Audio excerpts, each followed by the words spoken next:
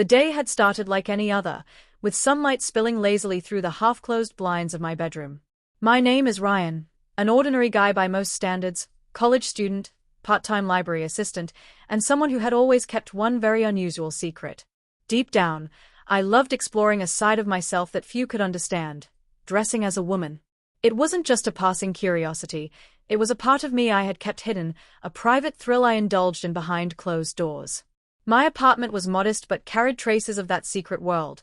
Silky dresses hung neatly in a corner wardrobe, neatly arranged makeup palettes lay on my dresser, and a pair of red high heels peeked out from under the bed. Living alone made it easy to indulge in this side of me without fear, but it also made the idea of discovery a sharp edge I couldn't ignore.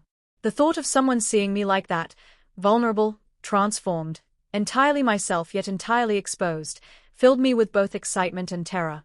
And now, a new challenge was about to thrust me deeper into that world than I had ever imagined. School had always been my refuge. Not that I blended in, far from it, but the campus, bustling with students rushing between classes, felt like a neutral ground. Here, I could lose myself in textbooks, lectures, and the hum of conversation. But recently, a strange announcement had spread like wildfire across social media: a special transformation week at my college. The school was organizing a controversial, highly secretive program, promising students an immersive experience exploring different identities, appearances, and roles in society. I had laughed at first, thinking it was a joke, or maybe some extravagant publicity stunt by the administration. But when I saw the official email in my inbox, curiosity gnawed at me. I had never considered anyone knowing about my secret hobby, but the opportunity was almost irresistible. The email described an exclusive selection process, where a handful of students would be invited to participate in an intense, week-long challenge. It wasn't just cross-dressing or costume play, it was a complete immersion. Participants would adopt a new identity entirely, live as that persona, and be evaluated on how convincingly they could embody it. The irony wasn't lost on me. My private life, my hidden indulgence, had always been mine alone. Yet here was a sanctioned program, sanctioned by the school itself, that promised to turn curiosity into reality, risk into experience. The excitement was immediate, and so was the fear. What if someone saw me like this? What if it was too real, too exposing? And yet, what if it was exactly what I needed? At home, the quiet apartment felt suffocating as I imagined the possibilities. I paced the small living room, thinking about the implications, about the thrill, the shame, the excitement all tangled together. I wasn't doing this for anyone but myself, though part of me couldn't deny a secret desire to impress Isabella, my girlfriend. She had always been a part of my life who demanded honesty, intuition, and trust. I loved her deeply, but she had no idea about the side of me that sparkled in silk and lace. If she ever found out, would she understand? Or would she reject me entirely? That question lingered in my mind like smoke. By mid-afternoon, a letter arrived, cream-colored, official, with a sleek gold seal. My name was printed in bold letters, and my heart pounded as I read the instructions. I had been selected. Selected to become a participant in the school's secret transformation program. The rules were simple but strict: anonymity, total immersion, and adherence to the program's challenges. Failure to comply meant immediate expulsion from the program, and from some perks I wasn't sure I was ready to lose. The first instruction was the most intimidating of all. Participants were required to fully assume their assigned identity before arriving at the school for the opening ceremony. In my case, that meant presenting as a woman. Not just clothes or makeup, but attitude, demeanor, the very way I moved and spoke. My pulse raced as I realized what that meant. I would no longer just be a student hiding in my apartment. I would be a girl, in public, under scrutiny, observed, evaluated. I stared at the reflection in my bedroom mirror, considering the transformation ahead. The image staring back at me was still Ryan, nervous, unsure, and filled with the familiar tension of secrecy. Yet behind my eyes, I felt something else: anticipation, curiosity, a spark of daring. Could I truly become her? Could I step beyond private indulgence into something fully exposed, fully real, fully transformative? By evening, I had begun preparations. Carefully selecting a dress, practicing walks in heels, arranging makeup, and smoothing my hair, I felt a strange mixture of fear and liberation. The apartment, once my sanctuary, now felt like a stage. Every motion, every decision mattered. And somewhere deep inside, I knew that the coming days would challenge me, terrify me, and change me forever. Little did I know that this school would do far more than teach me lessons about appearance or poise. It would push me into situations I had only dreamed of, force me to confront fears I had hidden even from myself, and awaken emotions I didn't know I could feel. By the time the program began, I would be ready to step through the door, not just as Ryan, the student, but as a new identity, a new self, a girl in a world that demanded authenticity, courage, and the ultimate surrender to transformation. And as the sunlight faded through the blinds, casting long shadows across my room, I realized one undeniable truth: nothing would ever be the same again. The morning of the first day of the program arrived with a strange mix of excitement and dread. My stomach churned as I packed the essentials: my carefully chosen dress, a pair of heels that felt both thrilling and terrifying, my makeup kit, and a few personal items that made me feel safe. Every item had been selected to help me embody this new persona. I had no choice now but to become her fully. My new self, at the school, under the watchful eyes of administrators and participants alike. As I stepped outside, the cool air hit my skin, and I shivered. The dress clung delicately to my frame, the heels making my stride uneven, almost fragile. But there was also power in this unfamiliarity. Every sway of my hips, every brush of fabric against my skin made me feel exposed and alive. I kept imagining Isabella. What would she think if she saw me like this? Fear mingled with a secret thrill. I was about to cross a line I had never crossed, and there was no turning back. The school's campus seemed different somehow, transformed from a place of routine into a stage for performance and scrutiny. Participants moved about, each wearing their assigned identities with varying degrees of confidence. Some seemed natural, others awkward. But I noticed that everyone was observing each other, silently evaluating, judging, learning. I wasn't alone in my fear, yet that didn't lessen the intensity of my own internal struggle. The first challenge of the program was deceptively simple: walk through the main hall and introduce yourself to the coordinators, fully in your new persona. My heart pounded as I adjusted my dress and smoothed my hair. Each step in heels felt precarious, every glance from passers-by threatening exposure. My reflection in the glass doors mocked me, showing a girl I barely recognized yet secretly longed to become. Inside, the coordinators greeted each participant with clinical enthusiasm. Their eyes were sharp, evaluating, weighing our performances as though each movement could reveal truth or weakness. I introduced myself in a carefully practiced feminine voice, forcing it to sound natural, letting a hint of nervousness linger, enough to be believable, but not enough to betray me. My pulse thumped violently, and I could feel my cheeks flush as they nodded, scribbling notes on their clipboards. That afternoon, the transformation exercises began in earnest. We were instructed to study feminine posture, gestures, and expressions. Mirrors lined the walls, reflecting 100 tentative attempts at grace and poise. I practiced walking, turning, sitting, and gesturing. Every motion made me hyper-aware of my body, the dress, the heels, and the way my reflection looked. I felt both ridiculous and exhilarated. The thrill of the secret, the private pleasure of seeing myself in a way no one outside these walls would ever imagine, mixed with the anxiety of being discovered, evaluated, or rejected. Lunch was a lesson in social navigation. I sat with other participants, carefully maintaining character, adjusting my voice, laughing lightly, nodding in polite agreement. It was exhausting, the constant attention to posture, tone, and expression. I could feel the strain in my shoulders, the subtle tension in my jaw, and yet there was a strange joy in this meticulous attention. I was performing, yes, but also revealing a version of myself I had kept hidden, even from Isabella. The challenges grew more intense with each hour. Makeup tutorials, hairstyling sessions, and public speaking exercises forced me to confront my fears. I applied eyeliner and mascara with trembling hands, sculpted my brows, and carefully shaped my lips. Each stroke felt like a small surrender to this new identity. My reflection stared back, unfamiliar yet increasingly comfortable. The thrill of transformation surged within me, coupled with the anxiety that someone might see me falter, break character, or betray the secret I had carried for so long.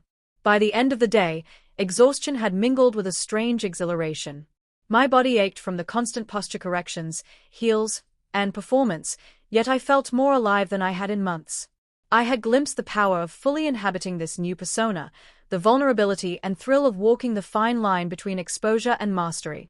And all the while, Isabella lingered in my mind, a silent measure of my success or failure. That evening, alone in my dorm room, I removed the heels and carefully hung the dress back in my wardrobe. My makeup was wiped away, but the reflection in the mirror still showed traces of the girl I had been today. Nervous anticipation gnawed at me. Tomorrow promised new challenges, greater scrutiny, and perhaps the first real test of whether I could truly embody this identity under pressure. The school had started its work, breaking me, shaping me, testing me, and I had to survive, thrive, and transform. As I lay in bed, I reflected on my internal struggle. Part of me wanted to flee, to retreat to the safety of my secret life, to avoid embarrassment and exposure. But another part, the part that had always found liberation in secrecy, yearned to push further, to embrace the experience, to see just how far I could go. The school had given me no choice, and perhaps that was exactly what I needed. A forced confrontation with desire, identity, and courage. Tomorrow would bring new trials. Public interactions, challenges in high heels, and exercises designed to test authenticity would push me to my limits.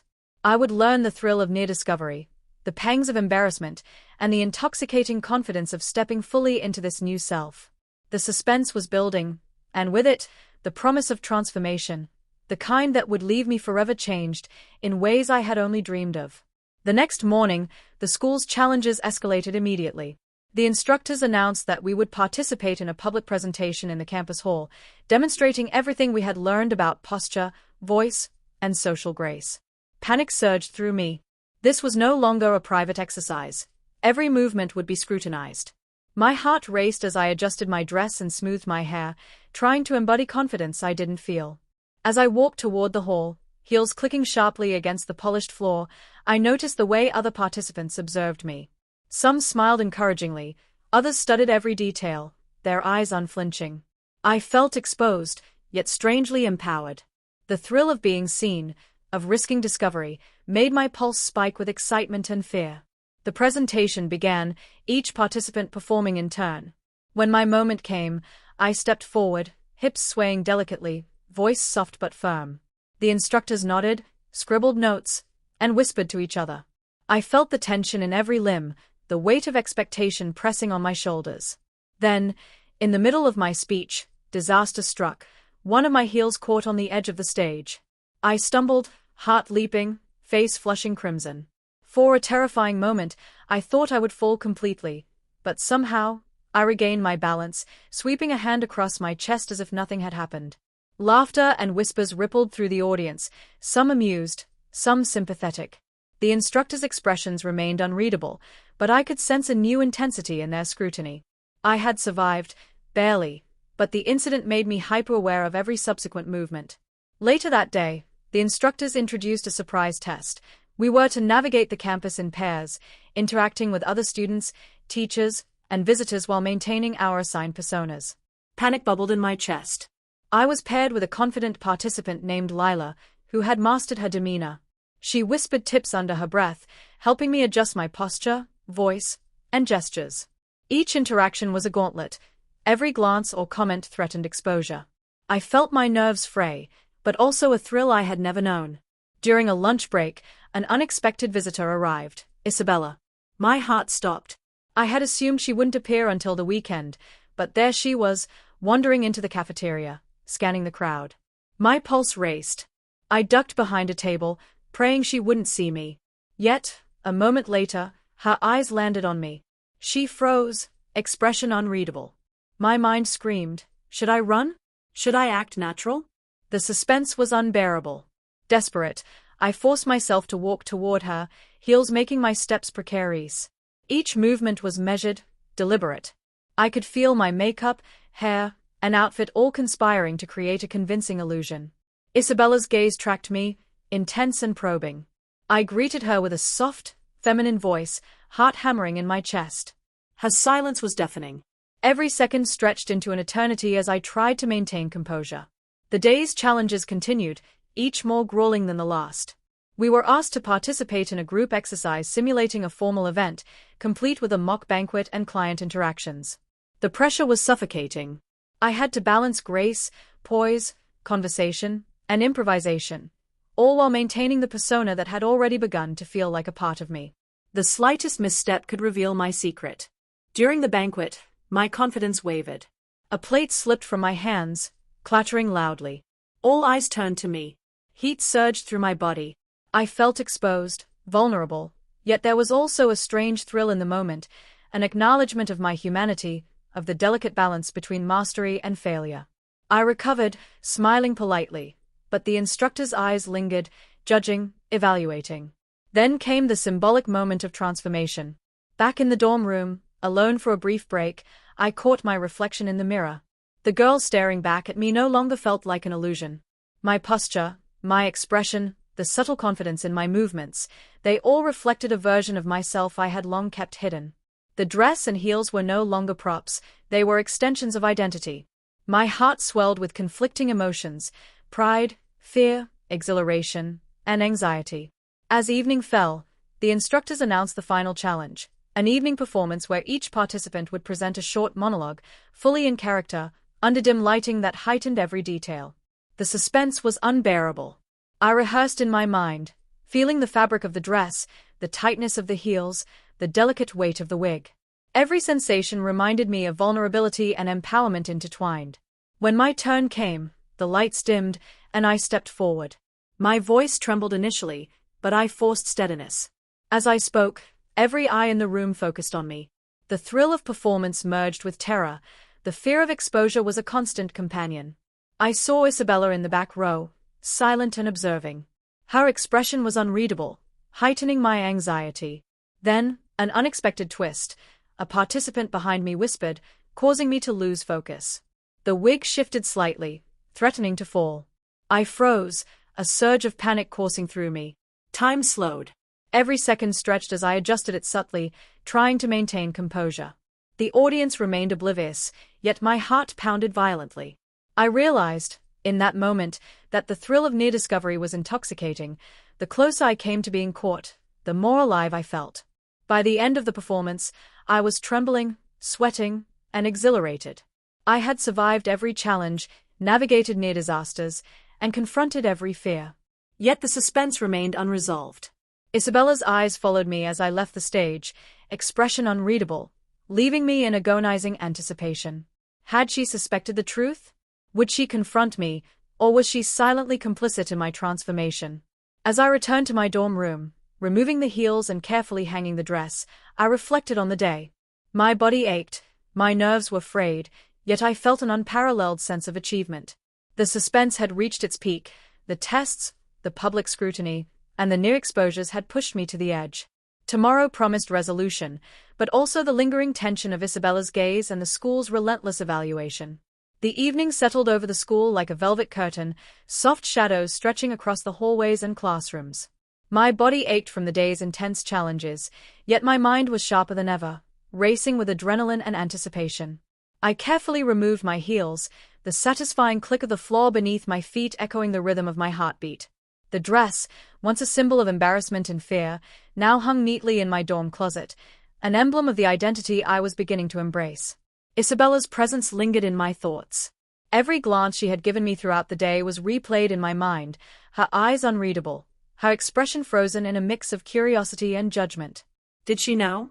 Could she see through the layers of makeup, costume, and performance? The uncertainty gnawed at me like a persistent shadow. A soft knock at the door startled me. I froze, pulse skyrocketing. Was it an instructor checking on us? Or had Isabella decided to confront me sooner than I expected? I edged toward the door, careful not to make a sound, and peeked through the small window. To my shock, it wasn't Isabella. It was another student, someone I hadn't interacted with much during the day. She smiled awkwardly and held out a folded note. "This is for you," she whispered before slipping away into the corridor, leaving me trembling with curiosity and dread. My fingers shook as I unfolded the paper. The note was short, almost cryptic. "You've been noticed. Be careful who you trust." The words burned into my mind. Had the instructors written it? Or someone else? The implication was clear.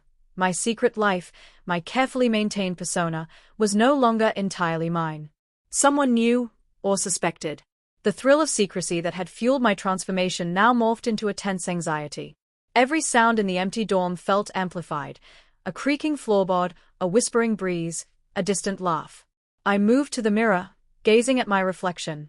The girl looking back at me was the same one who had stumbled on stage, nearly fallen, and trembled under scrutiny. Yet now, she seemed stronger, more confident, even if that confidence was edged with fear. The mirror reflected the duality of my life, the boy I once was and the girl I was becoming, forever intertwined. A sudden message pinged on my phone. It was from Isabella. "We need to talk. Now." My stomach dropped. The suspense, which had been simmering all day, boiled over. Should I run? Should I hide, change back into my old clothes, pretend it was just a fleeting experiment? Or should I face her, reveal myself fully, and risk everything? My mind raced through every possible outcome, each more terrifying than the last. I stood frozen, staring at the note in one hand and the phone in the other, my reflections silently urging me forward. Outside, the campus lights flickered, shadows twisting in rhythm with my racing heart. The story of my transformation, the lessons, the performances, the secret thrill of wearing heels and a dress, had brought me to this precarious edge. One step forward could change everything. One wrong move could unravel all I had worked to build. As I took a deep breath and reached for the door handle, the scene froze in tension, leaving every question unanswered. What would Isabella do? Would she accept me, reject me, or expose me? Had someone else already discovered my secret? The uncertainty lingered, gripping the audience with the suspense of what would come next.